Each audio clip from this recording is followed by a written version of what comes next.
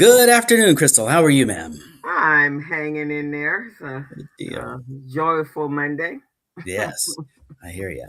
Well, of course, I'm excited about the broadcast that we're going to do today. This one is going to be about essentially why there's a disconnect between employees and employers with regard to the benefit called a 401k plan. So, without further ado, and I did it again. Hold on.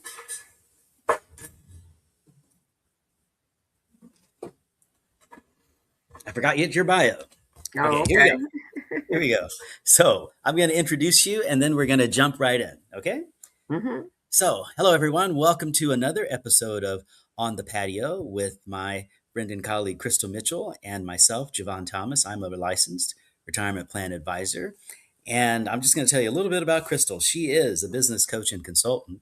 She's the CEO of Mitchell Business Solutions, co director of Recycling Black Dollars, and a co host of The Business Zone with Crystal and Gilbert. That's another weekly online radio show. She's also an instructor at Mount San Antonio Community College, a certified network for teaching entrepreneurship, instructor, actually, and a QuickBooks Pro Advisor financial strategist. Hey, Crystal, how are you? I'm wonderful. And yourself? Fine as frogs here. All I righty. Are you ready to get in?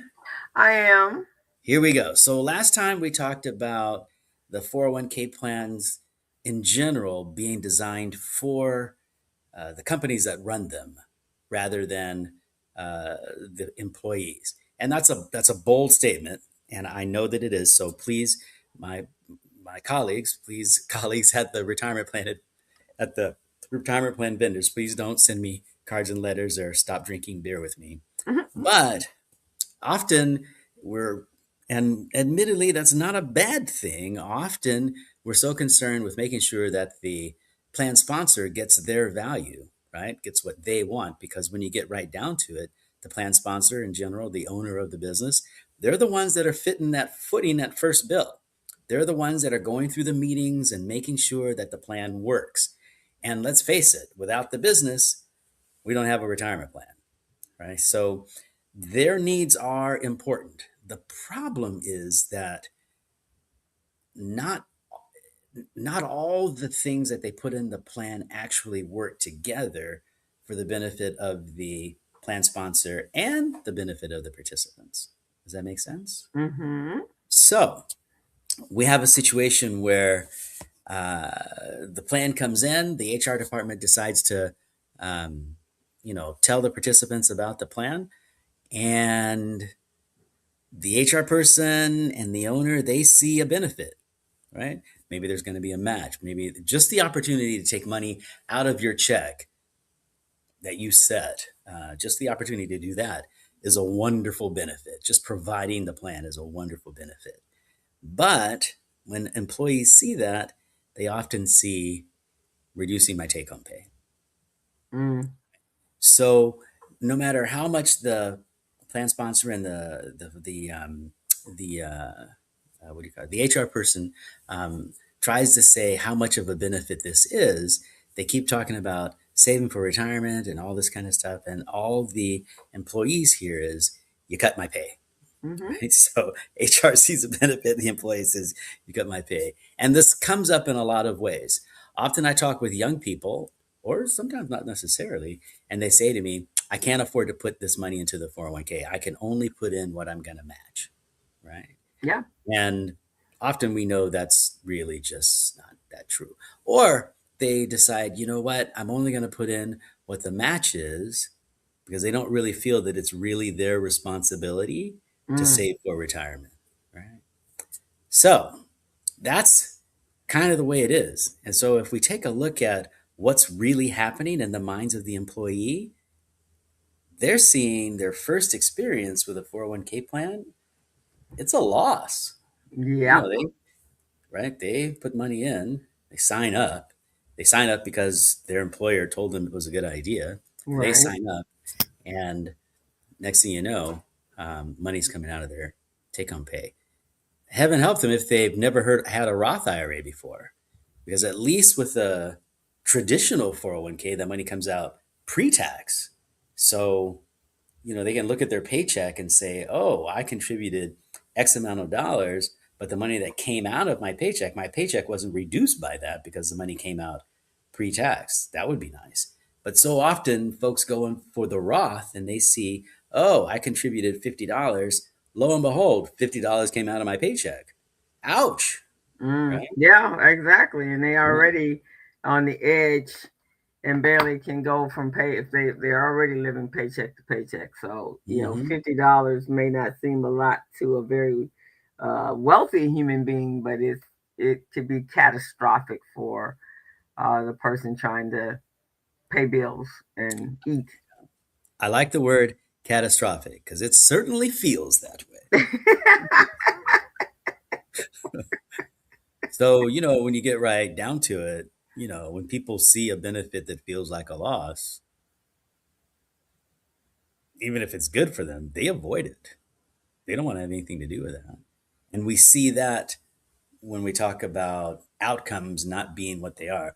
One of the big things that I like to talk about with my colleagues, and especially with um, the participants that invest with us, and most especially with plan sponsors, is outcomes.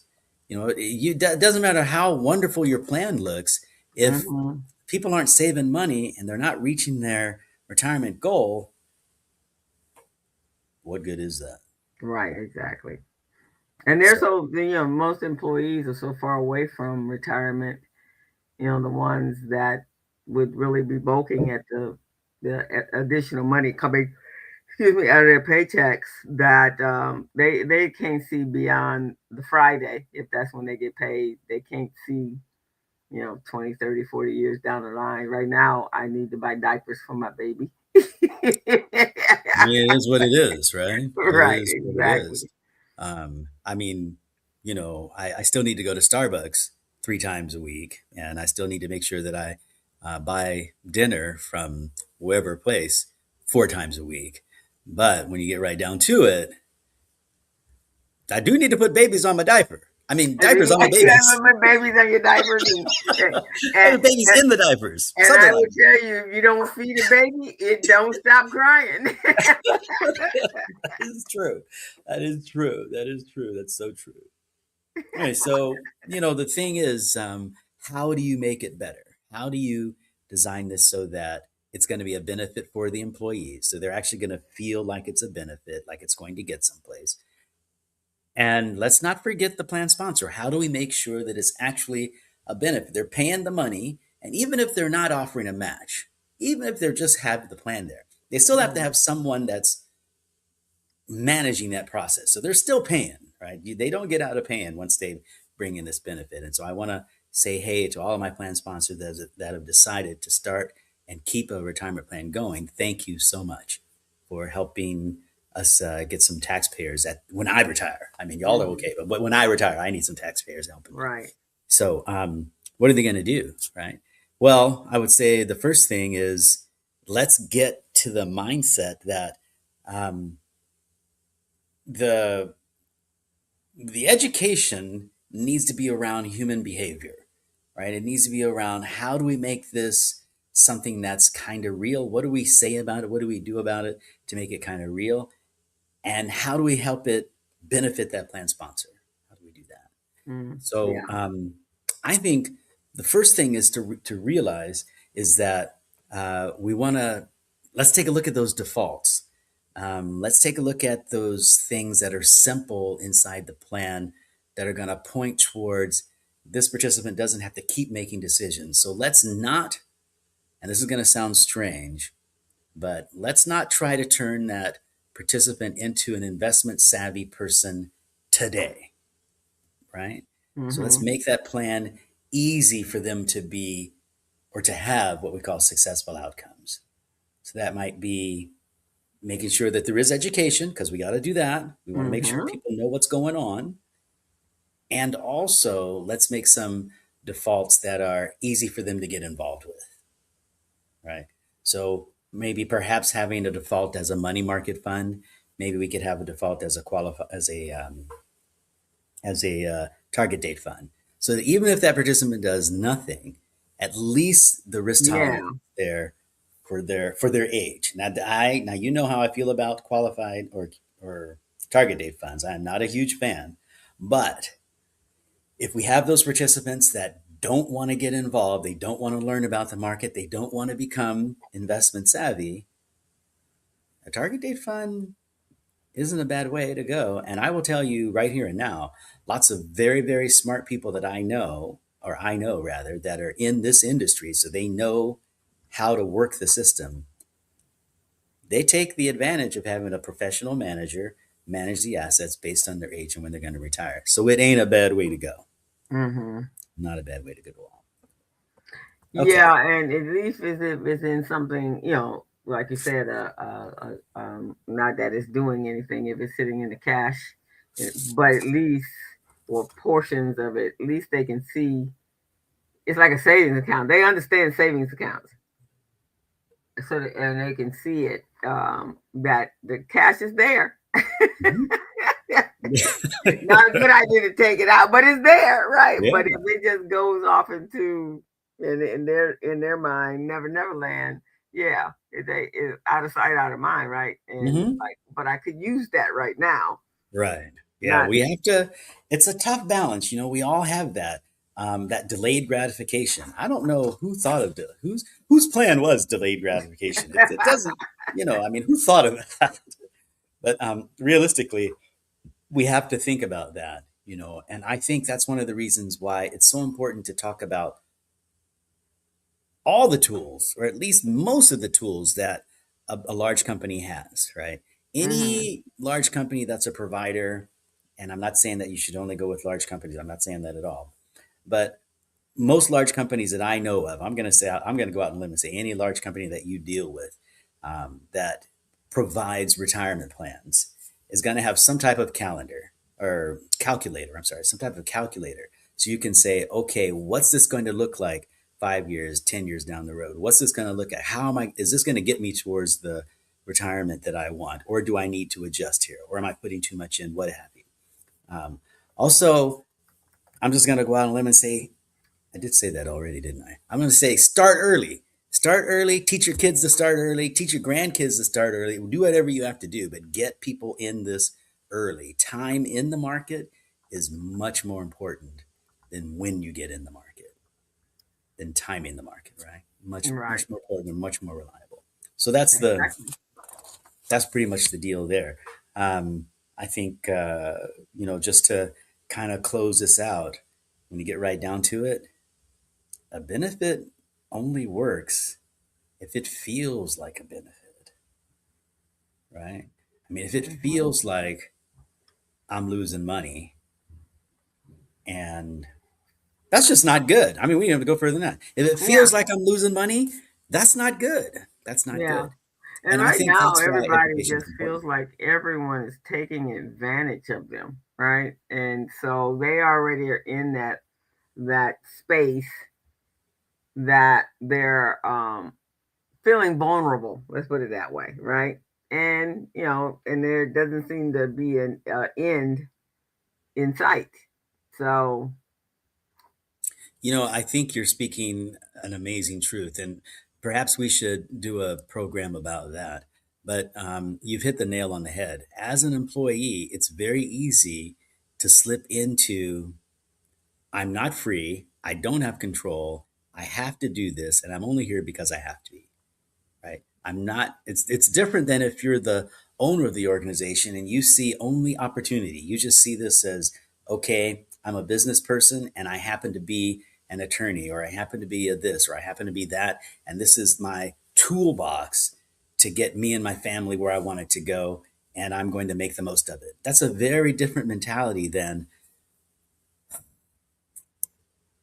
I'm only working because I have to, right, exactly, right? exactly, right, Right. There's a exactly. very, very different. And Yeah. I think it would be worth our while to talk about that with regard to how that affects folks' investing, right?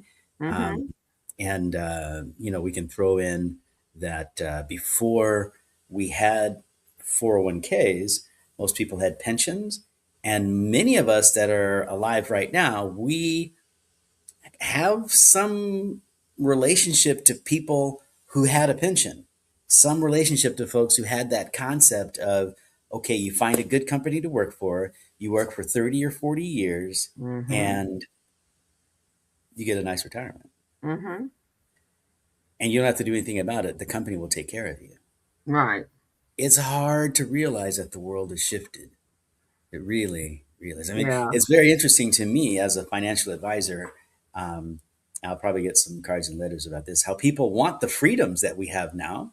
They want the freedom, but they don't want what comes with the freedom, which is responsibility. You know, you have to have, if you're going to have the freedom, if you're going to want to come and go as you want, and you're going to want to, you want to have that freedom, there's a Yeah. responsibility that goes with it. There's a responsibility that goes with it. And I think like when we first started out in the world, a lot of this has to do with the fact now we have accessibility to everything because it's right here online. But you didn't feel like, we've always known there was the haves and the have nots, right? Always. But now it's intensified. It's almost like the haves are at war with the have nots, and the have nots are like, I ain't got nothing. What you doing? Right? It's Yeah, I think just as the older generation feels that the younger generation isn't resilient, and younger generations think that the older generation is whacked and not making any sense. There's always going to be two sides to the coin, Mhm. wherever you are. Some of us would say that because we don't have a pension plan, the chances of us getting ripped off by someone who steals it and goes away are pretty slim because we don't have one. Mhm. On the other hand, it means that we have to be astute, and I can imagine there was a time when you got sick and you went to the doctor and that was just it, right?